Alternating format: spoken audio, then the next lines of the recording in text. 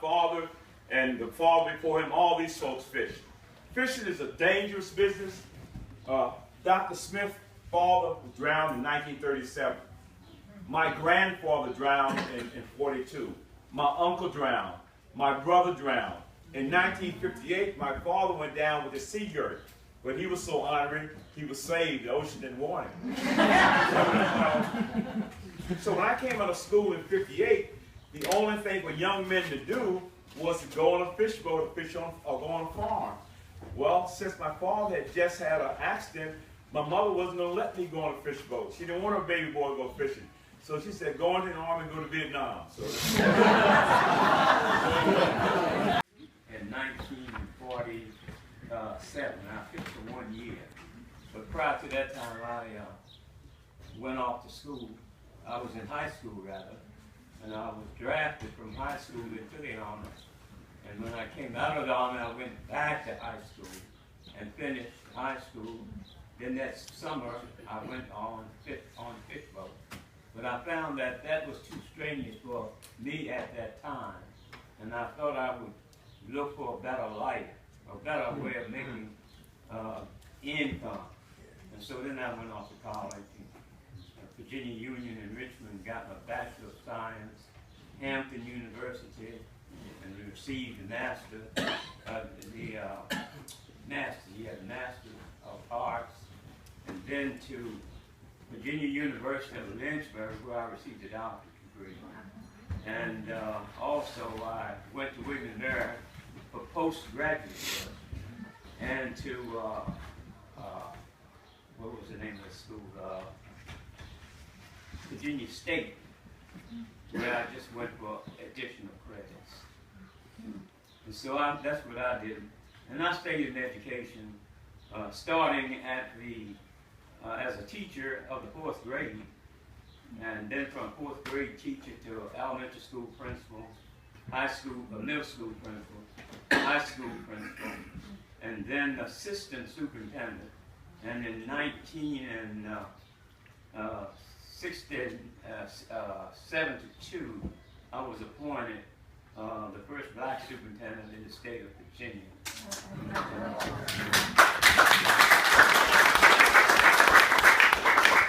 And that ended my career after going through all of that for 40 years.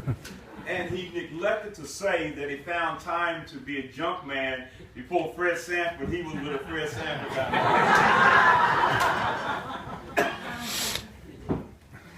My name is Christopher Harvey, and I started fishing in 1955 on a boat called the Rockaway in New Jersey. And I was there for, I guess, for 6 months. I was young, very young, 22, 23 years old.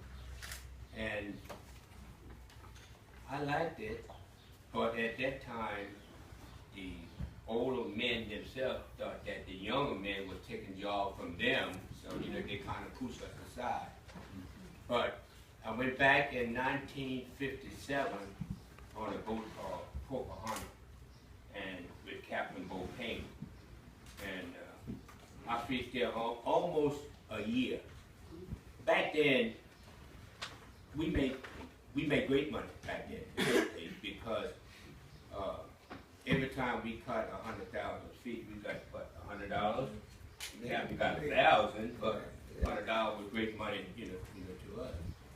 And I fished almost a year there. But by being young, when you're young and foolish, you don't know what the dangers of everything. So, Great National, the boat would come in to dock into the city on weekends. You know what we do, look uptown, drink that old ignorant water and all that stuff. Get your head all bad on Sunday. And Monday morning, you got to have everything focused on what you're doing because it's very dangerous out there. See, on these big ships like that, they have 2 press boats that on the side of the ship like this. And when the captain say in your boat, you load the boat, the 2 small boats down, and bring one back after the ship. And when it does that, then you have to, when the swell brings the boat up, you get in. Yes. But thank God that you do have a lifeline when you jump in the boat yourself. Now, by me not thinking and spoken correctly, And hit bad. right, and when the boat was going down, I was doing it. But what happened, I missed the boat. And I fell down between the big steamer itself and the first boat. Thank God for one of the fish by the name of Buster.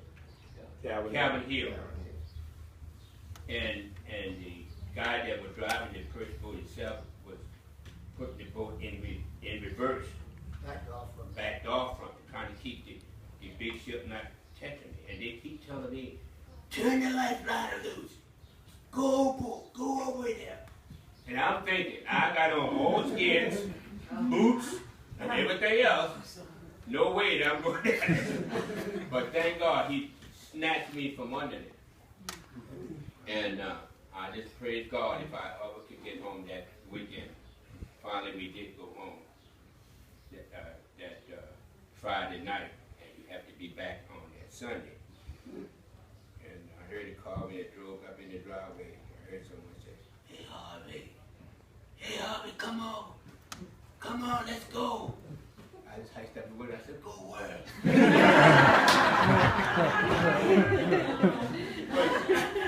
I've never been fixed again. I left then, and after that, I went to New Jersey, and I worked for the Garden State Parkway for almost 25 years. Then I retired from the Garden State Parkway from there and came back to my hometown. And we had our own income tax, RV income tax service business. Yeah. The Lord had blessed me. Amen. I'm 80 years old, soon will be 81. And He have kept me in His care and saved me from all of the dangers that I was going through at that time and flourished my life. Thank you, Lord.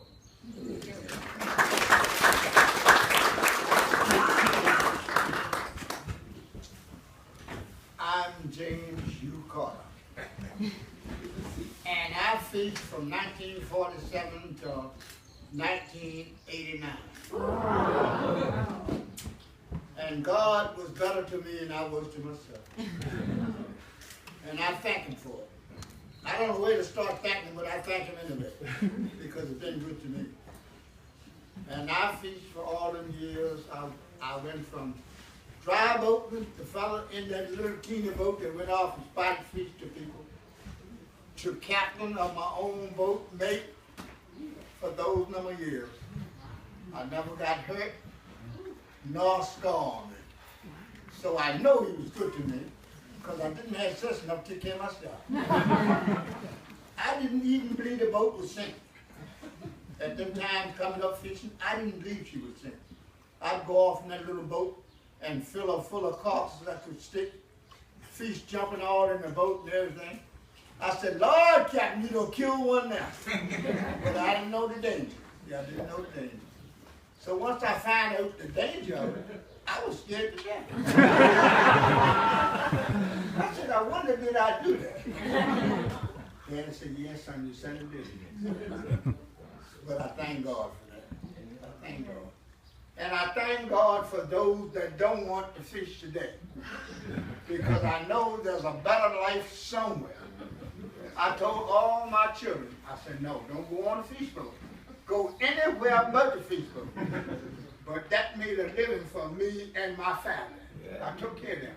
But I didn't want them to come up the same way that I did. Because it wasn't nothing but hard work there. Many mornings I woke up, my hands bleeding. Bleeding. But I toiled on. And my wife used to call me and say, Daddy, please come home. I used to tell her, I said, I can't come home because I don't have no ready-made money. So we went on. We made it. We made it. It was a blessing that we made it. I married her in 1954 and I'm still got her. So we made it. And I thank God for that. And there's a lesson behind that, what I'm telling you. There's a story behind every word that I'm saying. And it's true one. I thank y'all.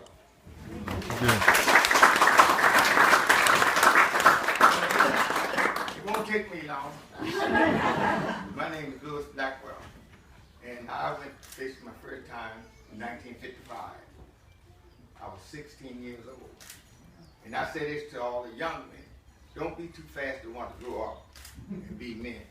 Because life starts rough. And I blame that man right there. 2 guys stayed out on the fish boat, and I was living in New Jersey too. And he carried me on the Rockaway with him. And they said they needed 2 men, an assistant cook and a man in the cockpit. And I was too slow. So he beat me to the good job. He was the assistant cook. And I had to go in the boat. And I hold that against him to the day. That's why I said, no, but make a long story short, I fished for, I said 2.5 years. Because I went back up there and I fished in part 56 and part 57. And in 56, I decided I was going to drop out of school.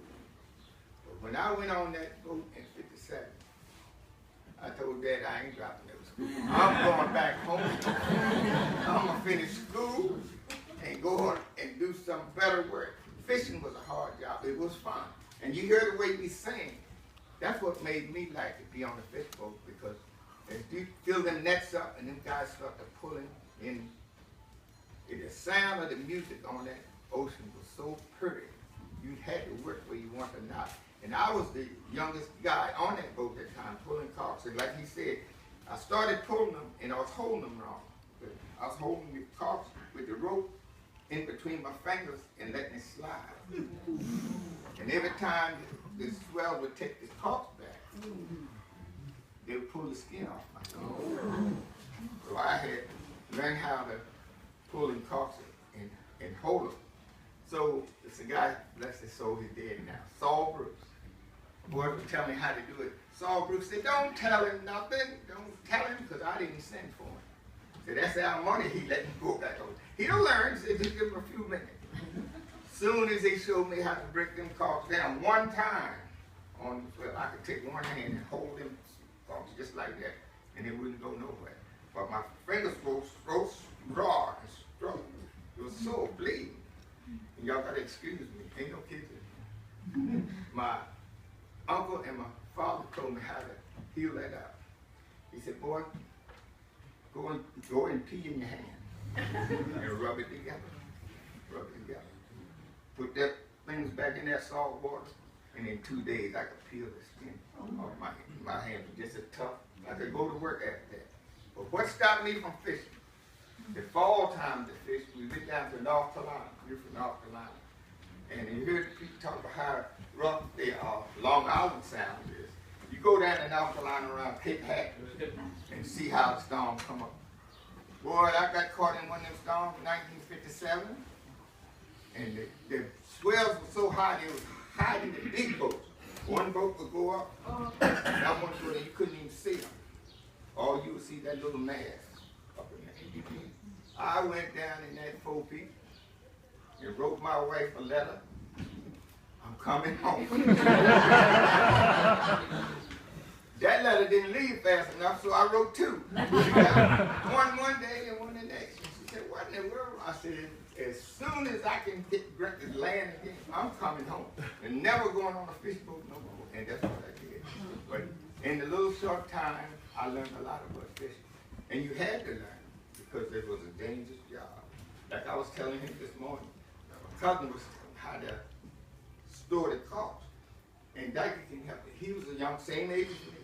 He could take them corks and pull them in, them down the shoulder. When he get ready to lay them down, he could throw them. He's standing this end of the boat and throw them to the other end of that first boat, and they line up just like that. Never out of place. He was good at that. He was good at that. Young guy.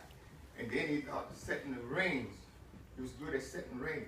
When you talk about them weights, the rings is on the bottom and then got a line going through them. So when they drop that tone, they draw the bottom and the net together. And Oh, you better make sure that your feet is clear, because once them rings started going overboard, they're going to carry you with them if you get caught up. And ain't nobody fast enough to cut you out of that. So I learned that quick, and I said, I know what to do. Go to dry land, and go to school, and get an education. And that's what I did. And then as I got married, I went to Maryland, worked at Bethlehem Studio for 36 and a half years. And in that time, I went into a trucking business with my son. And we had a trucking business for 18 years. 18 years. And then that got rough. And I started to lose my hair. I'm pulling it. I said, I know what to do now, because I'm at retirement. I sold all 3 of them trucks, and I went on back home where mom lived. That's where I've been ever since in Virginia. But fishing was a good experience for me. And that's why I was so glad when Chris, he started me out on the boat. And then a guy that I used to play baseball with, Joe Jr. passed, and he asked me, did I want to come sing with him? And that's how I joined this group. I replaced one of my friends that died, he was talking about. So, and that's the story of Louis Blackburn.